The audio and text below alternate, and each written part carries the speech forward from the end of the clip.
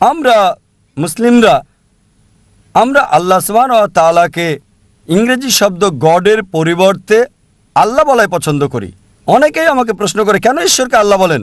আমরা আল্লাহকে আরবি শব্দ আল্লাহ বলি ইংরেজি গড শব্দের পরিবর্তে। কারণ হলো, একজন মানুষ ইংরেজি শব্দ গড নিয়ে বিভিন্ন রকম প্রশ্ন তুলতে পারে। যেমন ধরেন, যদি আপনি গডের সাথে এস যুক্ত করেন তাহলে হয় গডস, গডের বহু বচন। কিন্তু বহু আল্লাহ বলে কিছু নেই। কুল হুয়াল্লাহু আহাদ, বলো তিনি আল্লাহ এক অদ্বিতীয়। যদি আপনি গডের সাথে এস যোগ করেন, এটা দাঁড়ায় গডেস, অর্থাৎ মহিলা ঈশ্বর। পুরুষ আল্লাহ বা মহিলা আল্লাহ বলে কিছু নেই ইসলামে। আল্লাহ সুবহানাহু ওয়া তাআলা একক, লিঙ্গ বৈশিষ্ট্যের ঊর্ধ্বে। গডের সাথে ফাদার শব্দটি যোগ করলে হয় গড ফাদার, সে আমার গড ফাদার, আমার অভিভাবক। কিন্তু আল্লাহ ফাদার বা আল্লাহ আব্বা বলে কিছু নেই ইসলামে। গডের সাথে মাদার যুক্ত করলে হয় গড মাদার, কিন্তু ইসলামে আল্লাহ মাদার বা আল্লাহ আম্মা বলে কিছু নেই।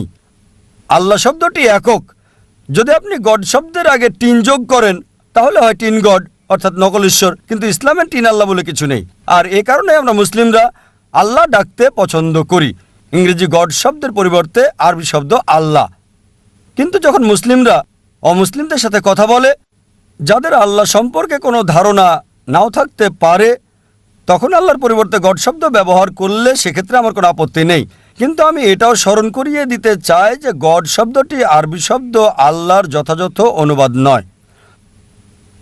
যখন আমরা অমুসলিমদের সাথে কথা বলি এবং এই শব্দটি ব্যবহার করি, সেক্ষেত্রে আমার কোনো আপত্তি নেই।